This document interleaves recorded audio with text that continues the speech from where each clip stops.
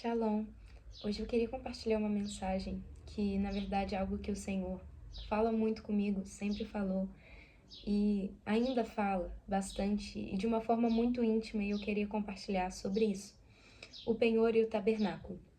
No Antigo Testamento, Deus se relacionava com o seu povo a partir da sua tenda, que era a casa de Deus, né? O tabernáculo. E o tabernáculo ele era separado em algumas partes, e as partes principais eram o Santo Lugar e o Santo dos Santos. E o Santo dos Santos é um lugar que era acessado somente uma vez ao ano pelo sumo sacerdote para levar a oferta de remissão dos pecados do povo. Então, o povo só tinha esse contato com Deus, com a presença de Deus uma vez ao ano, através da figura do sumo sacerdote. Somente os levitas trabalhavam no tabernáculo, e isso é algo muito interessante, porque o povo de Deus, eles recebiam as ordens e eles cumpriam segundo aquilo que os profetas de Deus, os levitas, eles ouviam e eles transmitiam para o resto do povo.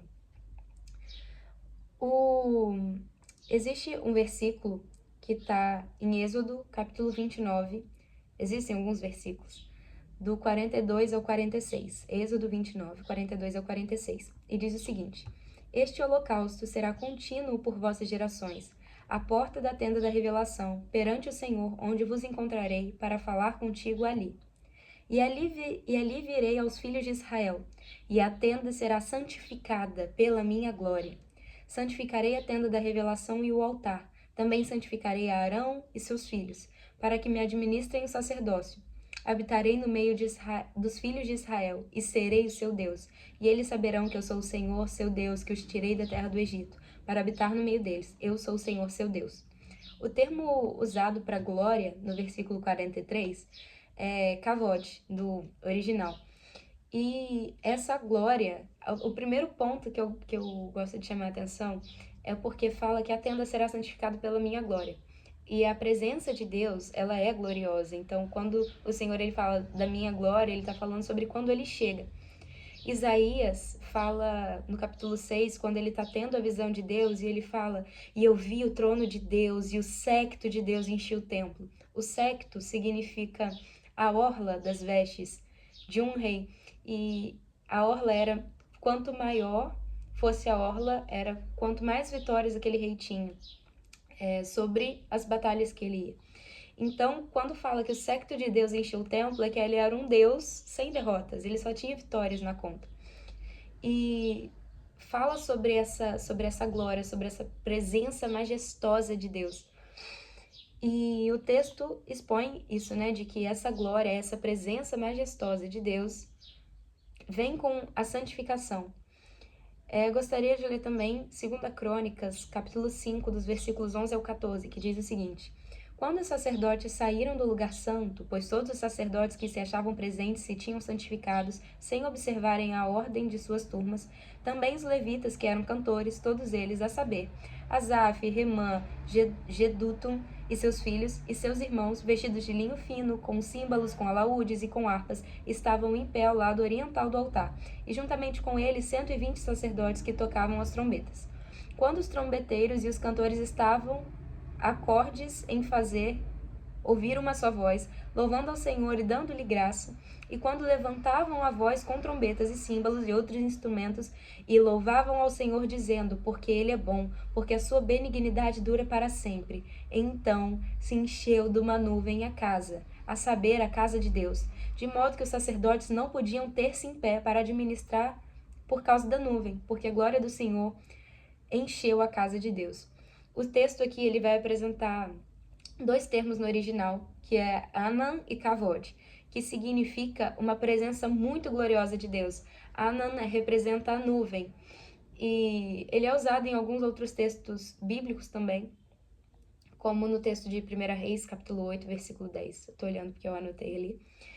Mas ele usa a combinação de dois termos, que é a nuvem de glória. Era uma presença tão intensa de Deus que vinha sobre o povo e que faziam todos eles caírem ao chão, literalmente, porque era um peso muito, muito magnífico a presença do Senhor.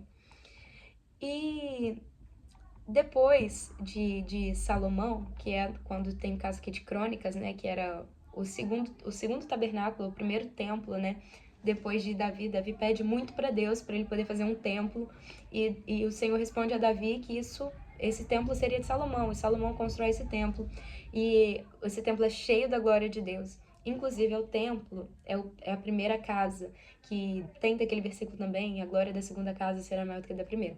Mas, enfim, o que eu tô trazendo aqui é de contexto, porque depois que Salomão morre, o povo ele é dividido entre Reino do Norte e Reino do Sul. E, enfim, o povo de Israel entra numa prática de pecados e de idolatria sem fim. E muito pior do que durante a peregrinação até chegar à terra prometida, porque quando eu estava lendo o Pentateuco, por exemplo, eu falava assim, não é possível que esse povo é assim, e que Deus toda vez se volta para eles. Mas é.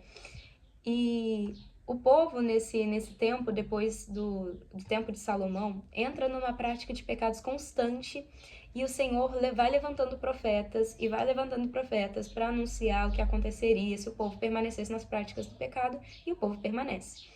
E aí o povo é levado a cativeiro para Babilônia. E nesse tempo não tinha mais templos ou quaisquer outros lugares de adoração. E Deus, na misericórdia, levanta esses profetas. E depois do cativeiro, o templo ele é reconstruído. E ele vai ser reconstruído, e ali a gente tem essa explicação nos livros de Esdras, Neemias. E até esse templo novo que é construído, ele dura até os dias de Cristo. E lembra que eu falei sobre a separação que tinha entre o santo lugar e o santo dos santos? Então, essa separação era por um véu. E esse véu, no primeiro templo, tinha 4,5 metros, mais ou menos. No segundo templo, tinha 13,5 metros. Isso tudo é aproximado. E o último, que foi esse templo pós-cativeiro, foi de 18 metros de altura. Então, era um véu gigantesco que Deus abria uma vez ao ano para que esse sumo sacerdote se apresentasse. Mas, apesar de o véu ter como objetivo separar a santidade de Deus do pecado da humanidade, o povo dele começou a entender esse véu como uma forma também de mascarar a sua corrupção. E como se esse véu também ocultasse de Deus todas as más intenções dentro dos corações daqueles religiosos. E os sacerdotes eles começaram a viver vidas muito corruptíveis, sabe? E obviamente nada disso agradava ao Senhor. O tempo de as profecias se cumprirem tinha chegado. E aí Jesus nasceu. E quando Jesus nasce, ele cresce, ele se desenvolve, e quando ele dá início no seu ministério, algo que ele foca muito é sobre essa questão de os religiosos serem, sobre a hipocrisia dos religiosos. E apesar disso, Jesus ele inicia e cumpre seu ministério. No livro de João, no primeiro capítulo, no versículo 14, diz o seguinte: E o Verbo se fez carne e habitou entre nós, cheio de graça e de verdade, e vimos a sua glória, como a glória do unigênito do Pai. E esse versículo tem, nos seus termos originais, Logos e tabernaculou. O Logos é a palavra de Deus, então aquele que estava desde o princípio, Jesus era aquele que estava desde o princípio, que está até o final. Ele é o Logos encarnado. E quando diz e habitou entre nós, é a mesma coisa que tabernaculou.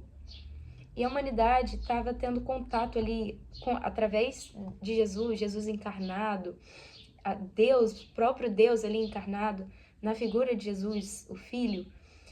A humanidade estava tendo contato direto com as curas, libertações e conhecimentos do Senhor através de Jesus, e eles estavam provando diariamente a glória. Então, lembra quando a gente falou sobre os termos, a nuvem, a glória, ou aquela glória tão intensa? Isso tudo era revelado na figura de Jesus. E era um contato diário. E quem tem contato com a glória do Senhor não permanece o mesmo. E essa presença transformava o viver de todos aqueles que tinham um encontro, e principalmente daqueles que caminhavam com Deus, daqueles que caminhavam com Jesus. Mas existiam profecias, e todas as profecias que estavam na Bíblia precisavam se cumprir e precisam se cumprir.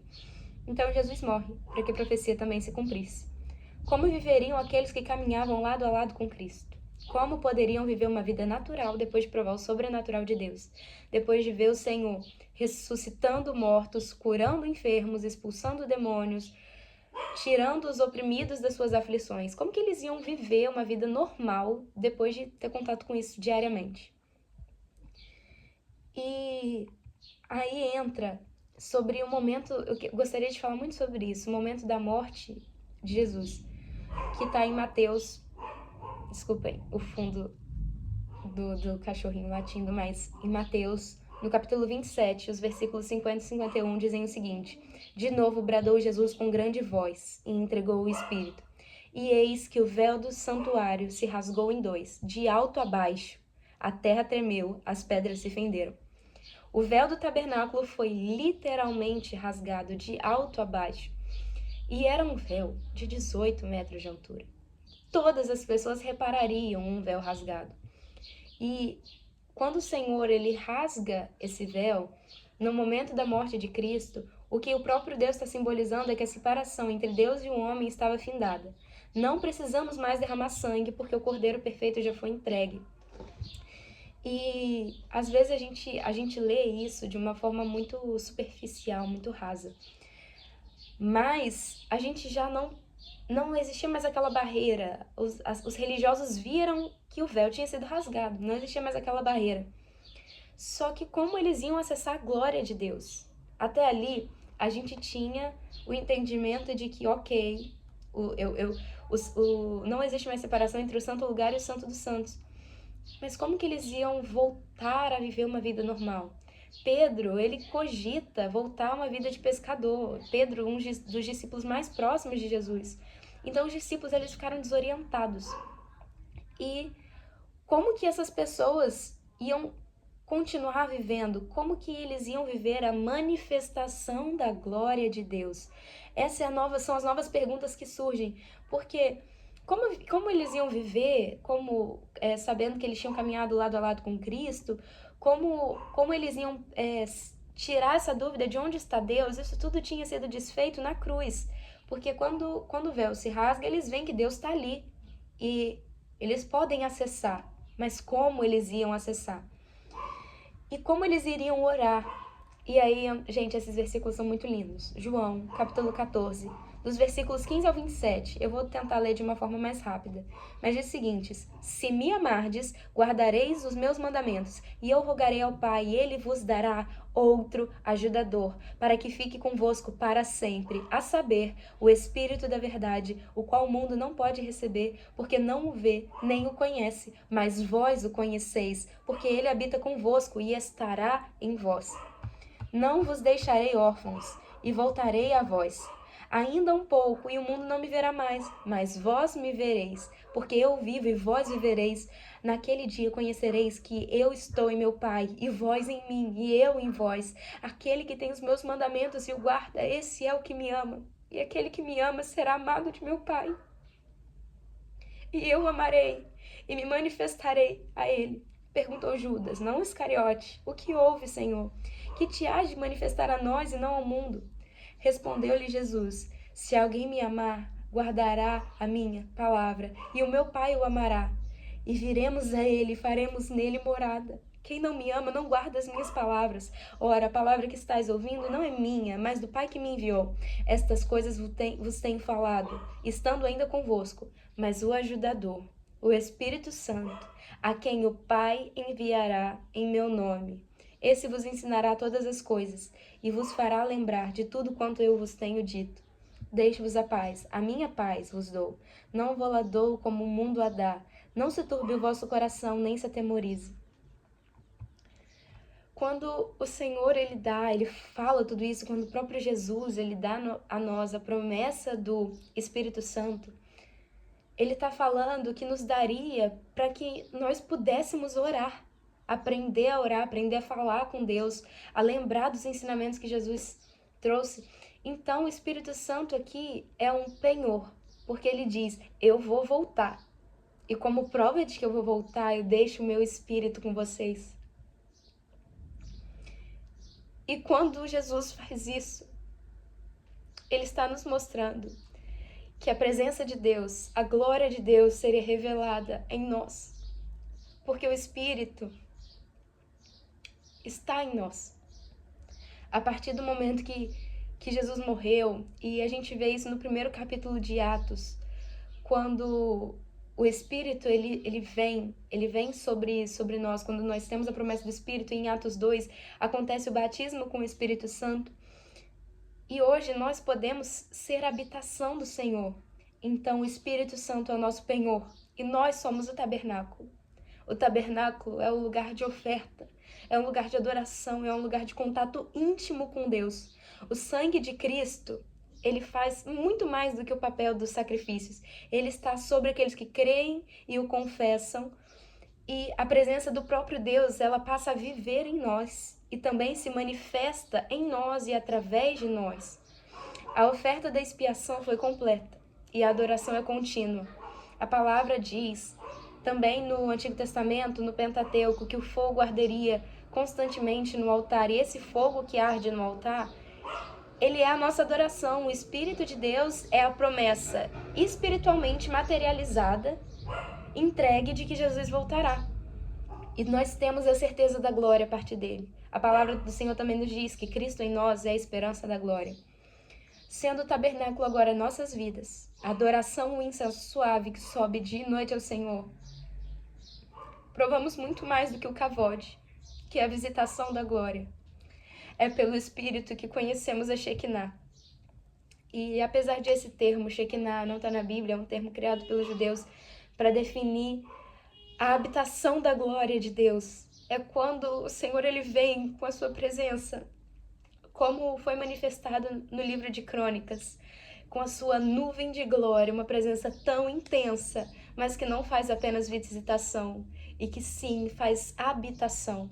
Quando nós somos o tabernáculo e já não há mais o véu, nós não acessamos a presença apenas uma vez ao ano, mas nós temos a oportunidade de viver diariamente sendo cheios de Deus. E não para reter isso, não para viver uma vida de prazeres próprios com Deus, mas para ter um entendimento de que nós fomos salvos por Ele e que essa presença do Espírito Santo ela é muito mais do que a gente imagina. É por Ele que nós vivemos a habitação de Deus, somos completos nele para cumprir o seu propósito. E quando a gente cumpre os propósitos de Deus, nós começamos instantaneamente e de uma forma natural a cumprir o ide. A palavra do Senhor também diz, ide por todo mundo e pregai o evangelho a toda criatura. Romanos 8,19 também diz, porque toda a criação aguarda ansiosamente a manifestação dos filhos de Deus. E se nós fomos chamados para viver os seus propósitos, naturalmente o evangelho vai transparecer na nossa vida, através da nossa vida.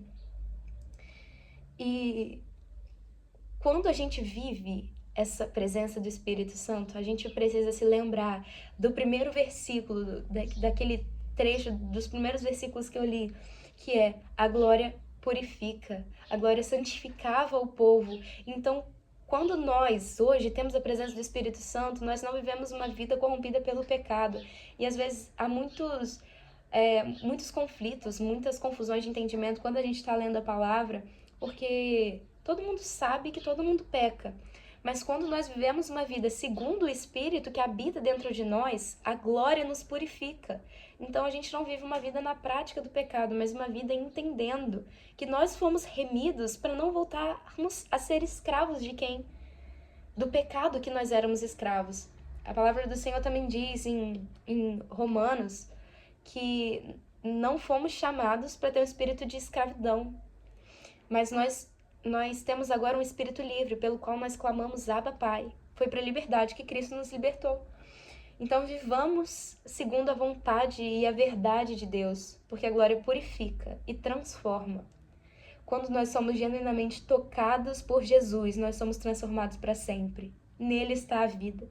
E a cruz nos chama para completude em todas as áreas dessa vida que nós temos aqui na Terra. Nós temos ela completa em Deus, em Cristo. Então que possamos nos agarrar ao nosso penhor, a esse entendimento de que O Espírito Santo veio para nos trazer a garantia das promessas de Cristo e que nós possamos realmente ser morada agradável ao Espírito Santo, que nós possamos ser morada agradável ao Senhor e que a gente não se contente com a água nos tornozelos, que a gente não se contente com a água nos joelhos, que a gente não se contente com a água nas cinturas, mas que nós possamos realmente receber a Shekinah do Senhor, a glória que é a habitação da glória em nós, a transformação da glória em nós. E que desse jeito a gente viva uma vida agradável aos olhos do Senhor e para que Ele nos encha diariamente, porque não tem nada melhor do que viver na presença de Deus. Então, se você hoje quer viver essa completude no Senhor Jesus, se você quer viver essa vida completa e plena em Deus, eu te convido a entregar tudo que você tem. Mesmo que às vezes você ache, eu não tenho nada, você tem a sua vida. Então, entregue isso ao Senhor. E todo aquele que nele crê e for batizado será salvo. Mas o princípio da salvação é a fé em Jesus Cristo. Então, eu gostaria de fazer uma oração para finalizar essa mensagem que eu tentei trazer no mínimo de tempo possível. E vamos orar. Senhor Jesus, eu quero te agradecer por essa palavra, eu quero te agradecer porque o Senhor é o nosso penhor, Espírito Santo, e porque através da sua presença nós podemos ser um tabernáculo ao Senhor, nós podemos ter acesso livre ao coração de Deus, às suas promessas, à sua presença. Eu oro, Jesus, te agradecendo porque a sua morte na cruz nos possibilitou viver tudo isso, viver essa intimidade com o Senhor. Pai, e eu declaro que todas essas pessoas que forem, que receberem essa mensagem, elas sejam realmente sensibilizadas em seu coração. E caso alguma delas não tema ao Senhor, que o Senhor possa se tornar Senhor e Salvador dessa vida. Que é uma oração bem simples. E agora eu peço que, se você deseja fazer essa oração, você repita isso. Senhor Jesus, eu aceito o Senhor e eu te confesso como meu único e suficiente Senhor e Salvador. Em nome de Jesus. Amém. E amém. Então, espero muito que essa palavra tenha edificado você de alguma forma e tocado realmente seu coração. Espero que o Espírito Santo continue falando conosco, até porque a semente plantada ela não volta vazia. E que Jesus continue se revelando a nós através de sua palavra, que o Logos tabernaculado, ele vive em nós todos os dias. O Logos que tabernaculou entre o povo continue se manifestando a nós. Em nome de Jesus. Amém.